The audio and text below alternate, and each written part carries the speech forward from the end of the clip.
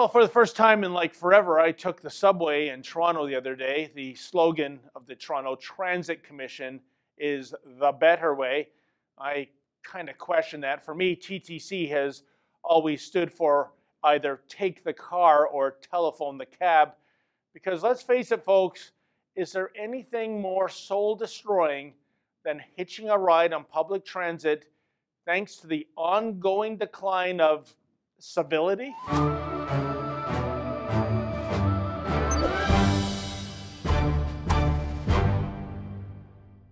My aversion to public transit is not only due to the inherent profound problem of public transit the world over, namely buses and trains and streetcars and trolleys. They just don't pick you up exactly where you are, and they don't drop you off exactly where you want to be. No, my prime phobia to public transit is simply the behavior of so many other riders. The ones who use a seat on a crowded bus for their backpack, for example, or the young able-bodied person who refuses to surrender his seat to someone who is elderly or nursing an injury. And don't get me started on the number of people eating food and leaving behind their leftovers of that Popeyes chicken combo they picked up. What was that Bruce Cockburn song again? If I Had a Rocket Launcher? Now, during my most recent attempt at riding the rails, I looked around the crowded subway car, striving to determine if this is indeed the proverbial new normal, namely a heaping helping of disrespect and disdain for all others. In that sense, I can't really blame the TTC for launching a poster campaign going back to last April that sought to teach civilized members of Homo sapiens to, well, act as civilized members of Homo sapiens. And yeah, I'm talking adult riders here, folks, not the kids. The You Said It ads made use of actual tweets from TTC riders complaining about inconsiderate and even unsafe behavior that has only ramped up over the years. One poster stated, "Why do people think a seat is an acceptable place for their dirty shoes or feet?"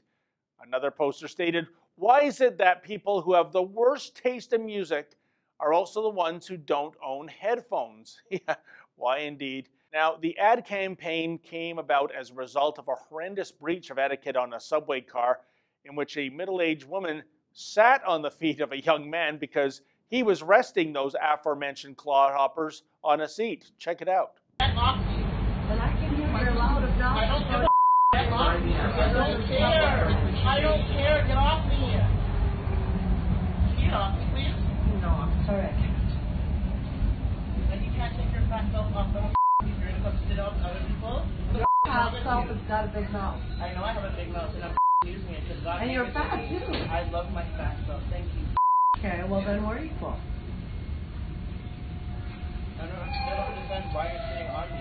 Because I'm trying to explain to you that your feet shouldn't be on the Okay, seat. but why does it matter to you? Because I'm a I want to. No, It's you my can't it's here. my friend. No, this Do you own the subway? Let me ask you this question. Do you own the subway? Do you? No. Then how can you do whatever you want? Is there a rule on this train that says I can't put my foot on the seat right now? Well, there's lots of social rules. Okay, so I can take myself and just go like that, right? Thank you. Get off me. That video went viral, and the debate broke down as follows. Was the woman being a busybody by sitting on his feet just to initiate an altercation, or was the young man being a disrespectful punk putting his stinky shoes in a place where people are meant to sit? I gotta be honest, folks, I'm on the women's side. Call her subway Batgirl if you must, although I'm sure more than one race hustler at the time labeled her white privilege Wonder Woman, thanks to the different skin tones, because hey, that's how we rolled in 2018. In any event, let's hope that the TTC's My Fair Lady and Laddie campaign pays dividends. But at least the TTC did not go down the same ludicrous social engineering path it took circa 1977.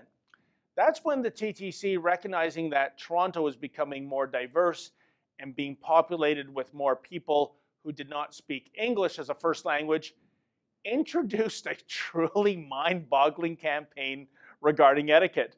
Which is to say, instead of a rider saying, "Excuse me," if, for example, another patron was blocking the door, The TTC advocated that riders should say this. Meep, meep. Meep, meep. Yeah, meep, meep.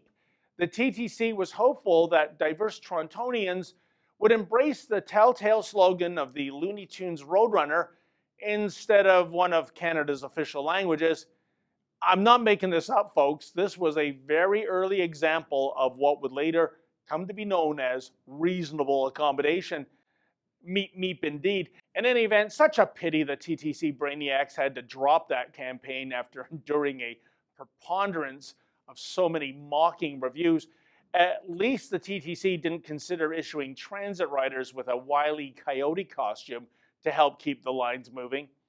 Bottom line, perhaps a big part of the civility problem is that Toronto has failed miserably to update its public transit system over the decades as the city rapidly grew. The system is more overcrowded than ever, and it's far less reliable. Little wonder so many people are just so pissed off. But come on, folks, even with this added burden, aren't we all supposed to be at the top of the food chain? And from what I've seen of certain public transit riders lately, caged lab rats tend to behave better. For the Rebel.media, I'm David the Menzoid Menzies. Like and subscribe to the Rebel YouTube page and click the notifications button to never miss our new live show, Battleground.